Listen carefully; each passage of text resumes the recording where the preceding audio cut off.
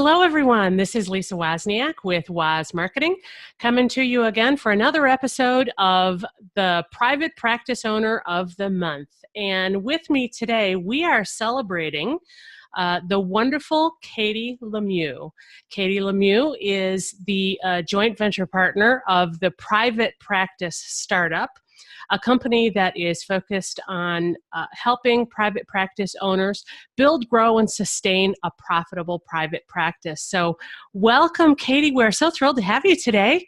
Thank you, Lisa. And that was such a nice introduction. I really appreciate that. And I'm so excited about today's topic and really excited to talk about this. This is actually the first time that we'll be talking about this. And for those of you who don't know me, because Kate and I are business partners and colleagues and friends, I do say we or me, but I'm referring to us as a whole. So just mind my pronouns. After a while, you guys become interchangeable, right? Pretty much. Yes, exactly. That's wonderful. Well, I also am really excited to be talking about the topic of joint venture partnerships because it's such an amazing marketing tool for people to not only grow their individual private practices, but to grow their influence and their notoriety and their brand name out in the marketplace. So back in 2004, I believe, technically, we were talking about this yesterday, we had licensure supervision together. So we were both registered interns and we had the same supervisor. And many a times we did pair supervision together, so two people. And that's kind of where our relationship began. So as interns and working with the same supervisor, well, Kate and I, for those of you who know us, are probably super motivated, right? And hungry and things like that. And we really didn't want to give up our supervisor. So we continued on to do AAMFT approved supervision of supervision, which is a 9-month process. So now we're supervisors, now we're licensed. So we now continue on.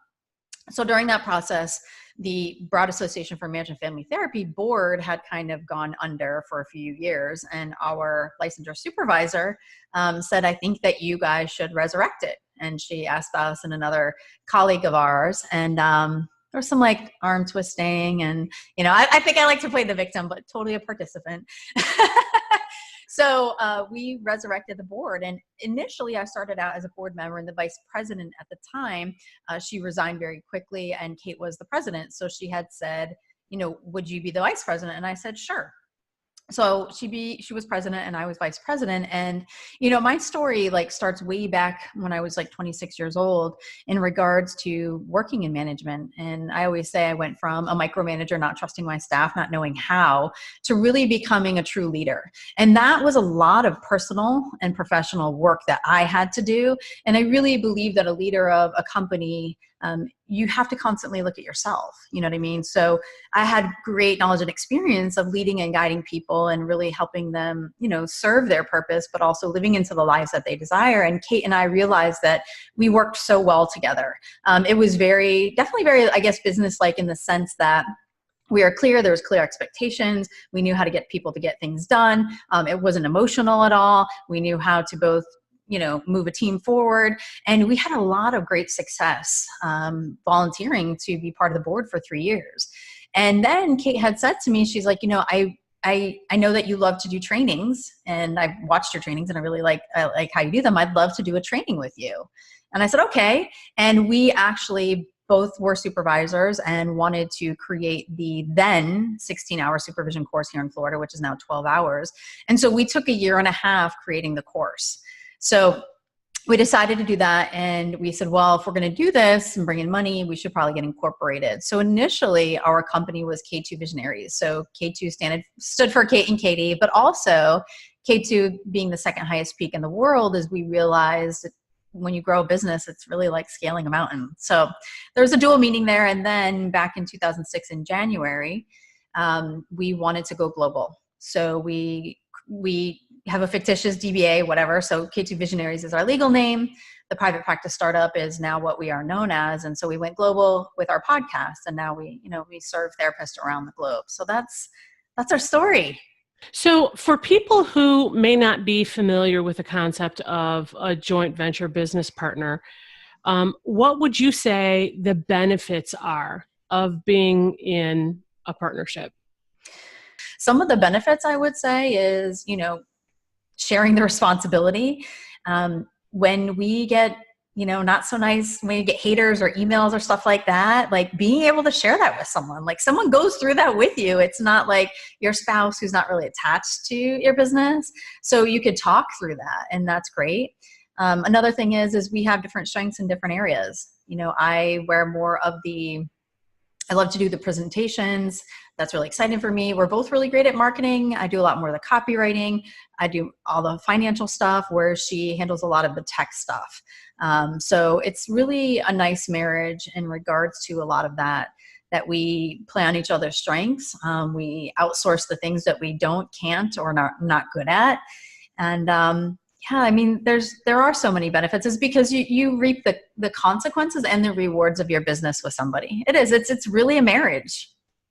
No, I can see that. And I especially appreciate the fact that as the two of you have different strengths and weaknesses, that you've got somebody who can pick up the slack in an area that you're not super great at. And I would imagine that there is a tremendous amount of comfort in that, knowing that, like, just tech, for example. I mean, if that's not a strength of yours, but it's a strength of your partner's, that's got to be a huge relief to know that area is being covered and you just don't have to worry about it. Mm-hmm. Mm-hmm.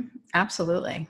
You mentioned your sphere of influence, and the other thing that occurred to me as I think about a joint venture business partnership is that it would go a really long way to increasing your sphere of influence and your notoriety as a brand, in an effort to make you an industry influencer in the marketplace. Would you say that you and Kate had experienced that as a result of this?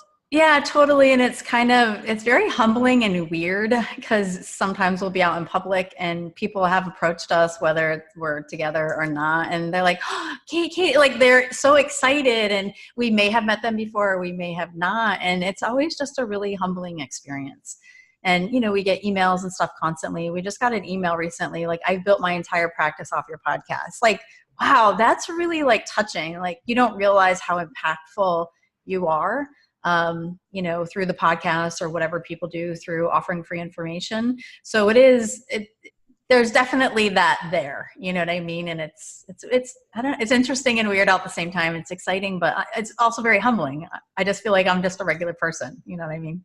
No, I can absolutely see that. I mean, to a certain degree anyway, we all kind of like live in a bubble. We're living our life and doing our own thing. And it's only when you experience things like that you begin to see the influence that you've had on other people. Yeah. And their practices as well. And the really exciting thing is, an impressive thing, I think anyway, is that, you came to the table with your own successful practice. And that's not something to brush underneath the rug lightly. I mean, you've done this, you rolled up your sleeves, you did the hard work. And I don't mind telling people that you've got an incredibly successful 6-figure practice that you've created all on your own. And Kate did the same thing. So here's these two incredibly successful women that came to the table and with their own level of success, and then kind of scratched their head and said, hey, what if we tried, and then out of that is this tremendous private practice startup empire that's been built as a result. I mean, not only are you guys helping folks through the different products and services that you offer in the marketplace, but you also have a really successful podcast where you're talking to folks on a regular basis about what they can do to impact the size of their practice.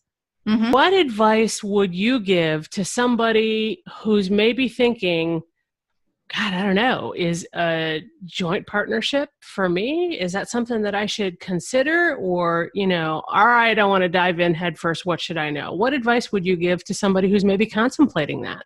It's funny because I was hoping you were going to ask that question and I was going to give you the answer anyways, even if you didn't. So luckily enough, I have a lot of attorney friends in my world. And a lot of time my mind goes legal. Like, I'm very legal, ethical, and I'm always like researching law and reading contracts and things like that. And one of my very good friends who's a family law attorney, she said, you need to treat your business like it's a marriage, and you guys need to be asking yourself from the beginning is, what happens if we have to dissolve the business? And it's very much to me like a prenuptial agreement. right? Like, well, let's talk about if this doesn't work out, how are we going to divide assets, who gets what?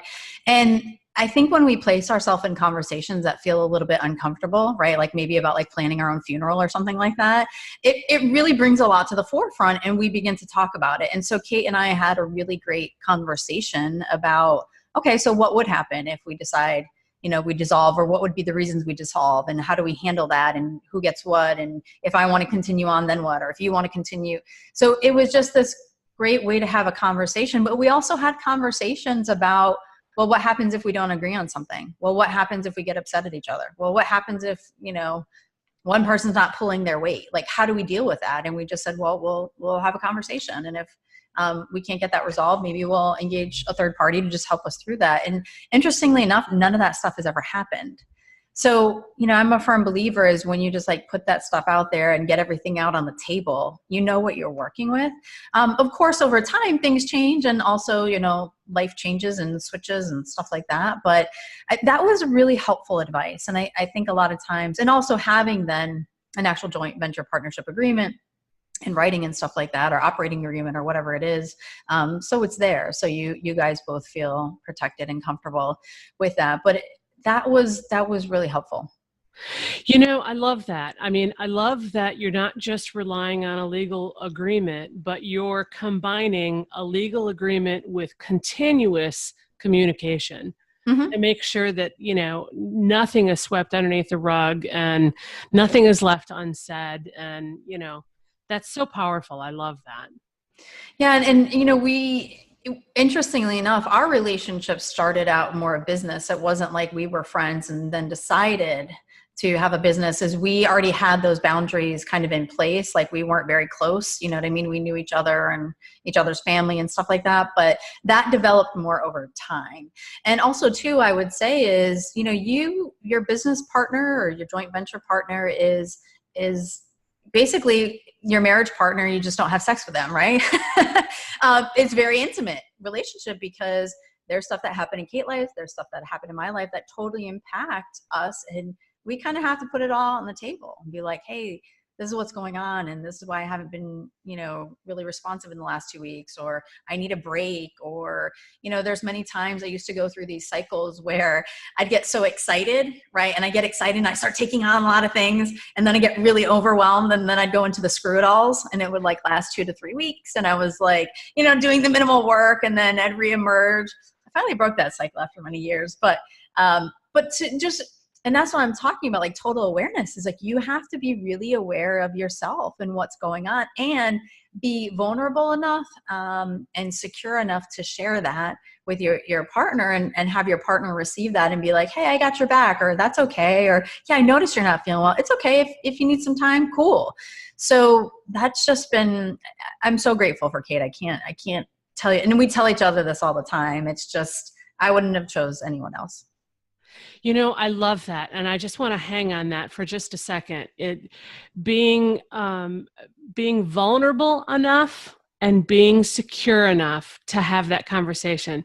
Because how many times does that happen in the business world, right? You're afraid that if you say that out loud, then, people are going to look down upon you, or you're going to end up damaging your career or the relationship or whatever. But being vulnerable enough and secure enough to have that conversation, I love that. That's really powerful.